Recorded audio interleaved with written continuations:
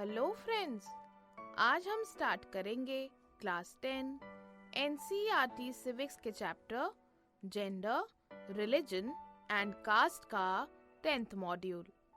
Friends, पिछले modules में हमने कास्ट इनइक्वालिटीज के बारे में पढ़ा था। आज इस मॉड्यूल में हम पढ़ेंगे कास्ट इन पॉलिटिक्स के बारे में। तो चलिए शुरू करते हैं हमारा आज का मॉड्यूल।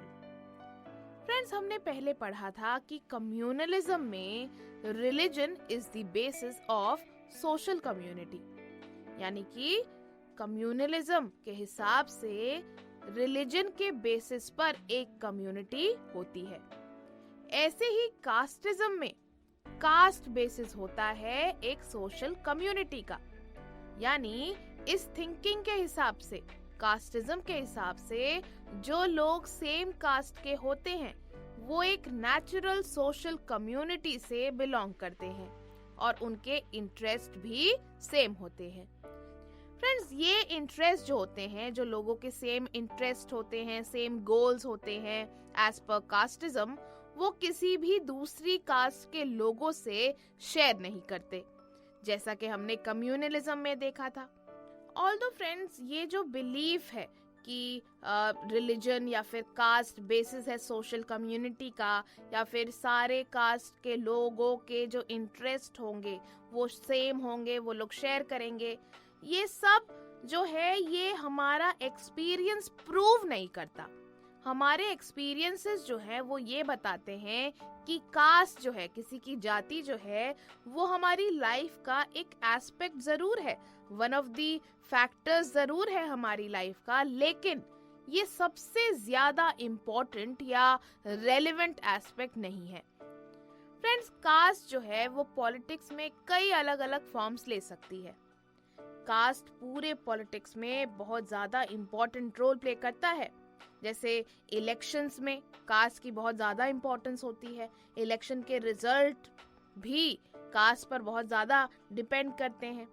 और साथ ही फ्रेंड्स, कास्ट को बहुत ज्यादा इम्पोर्टेंस देते हैं पॉलिटिकल पार्टीज और पॉलिटिकल लीडर्स, और कास्ट को बेस रख के पॉलिटिकल पार्टीज काफी पॉलिसीज और प्रोग्राम्स भी फॉर्म करती हैं, जैसे कि आपने देखा ही होगा। तो फ्रेंड्स, यही जो रोल है कास्ट का राजनीति में, कास्ट इन पॉलिटिक्स, ये हम जानते हैं कि कास्ट पॉलिटिक्स में कैसे अलग अलग फॉर्म्स ले सकती है। तो आइए सबसे पहला पॉइंट पढ़ते हैं।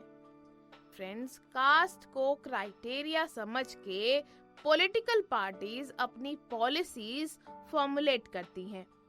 बहुत सारी पॉलिटिकल पार्टीज इलेक्शन लड़ने से पहले उस कॉन्स्टिट्यूएंसी, यानी जो वोटिंग रीजन होता है, वहां का कास्ट कॉम्पोजिशन देखती हैं।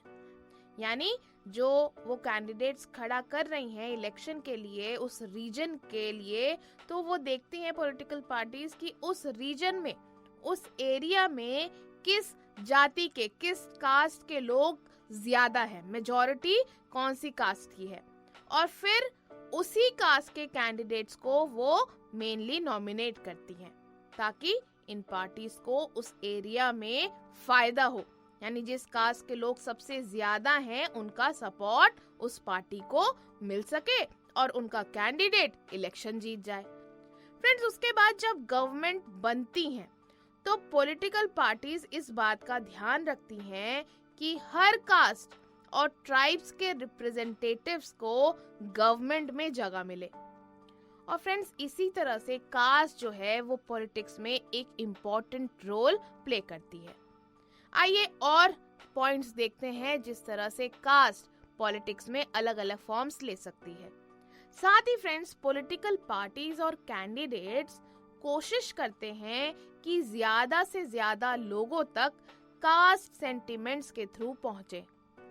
यानी लीडर्स अपनी पॉलिटिकल पार्टीज के प्रोग्राम्स, पॉलिसीज, एजेंडास को इस तरह डिपिक्ट करते हैं, इस तरह से पेश करते हैं कि लोगों को लगे कि वो उनकी कास्ट के नाम पर उनसे अपील कर रहे हैं कि अपना वोट हमें ही दो, हमारी ही पार्टी को दो। फ्रेंड्स, कुछ पॉलिटिकल पार्टीज तो कुछ कास्ट को फेवर करने के लिए ही जाने जाते हैं, और इन पार्टीज को उन कास्ट के रिप्रेजेंटेटिव्स की तरह देखा जाता है।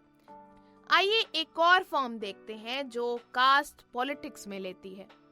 So friends, universal adult franchise और वन पर्सन वन वोट के प्रिंसिपल ने पॉलिटिकल लीडर्स को फोर्स किया कि वो पॉलिटिकल सपोर्ट को मोबिलाइज करें और जीतें, यानी सिक्योर करें। तो क्योंकि पहले जमाने में क्या था, पहले के टाइम में बहुत सारे कास्ट को लो और इंफीरियर समझा जाता था, उनको बहुत ज्यादा अधिकार नहीं मिलते थे। बट अब सीन चेंज हो गया है, अब सिनेरियो चेंज हो गया है। और क्योंकि हर इंसान के पास वोटिंग राइट है, इसीलिए पॉलिटिकल पार्टीज ने अपना फोकस इन सभी कास्ट की तरफ दिया है और ज्यादा से ज्यादा लोगों का सपोर्ट अपने साथ करने की कोशिश में ये पॉलिटिकल पार्टीज और लीडर्स लगे रहते हैं। तो फ्रेंड्स, हमने क्या पढ़ा अभी तक? हमने पढ़ा कि कास्टिज्म में कास्ट बेसिस होता है सोशल कम्युनिटी का।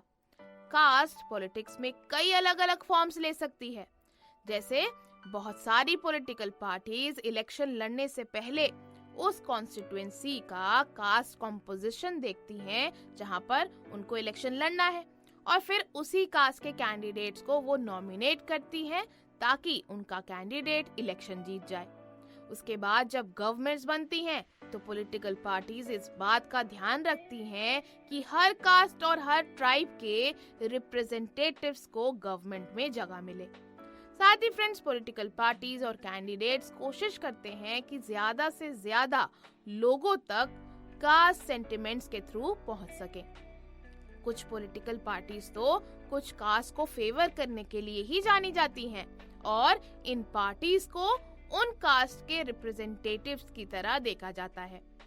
साथ ही फ्रेंड्स, यूनिवर्सल एडल्ट फ्रेंचाइज और वन पर्सन वन वोट के प्रिंसिपल ने पॉलिटिकल लीडर्स को फोर्स किया कि वो पॉलिटिकल सपोर्ट मोबिलाइज करें और जीतें, यानी ज्यादा से ज्यादा लोगों का सपोर्ट जीत सकें। So let us revise once again. So friends, caste is the basis of social community in casteism. Caste can take various forms in politics. And what are these forms? Let us see. When political parties choose candidates in election, they keep in mind the caste composition of the constituency and nominate the candidate of that caste to win elections. When governments are formed, they take care that representatives of different castes and tribes find a place in it. Friends, political parties and candidates try to gather support through caste sentiments. Some political parties are known to favor some caste and are seen as their representatives. And friends, universal adult franchise and the principle of one person, one vote forced the political leaders to mobilize and secure political support. So friends, ये था हमारा आज का module. तो चलिए अब इस module की एक्सरसाइजेस करते हैं।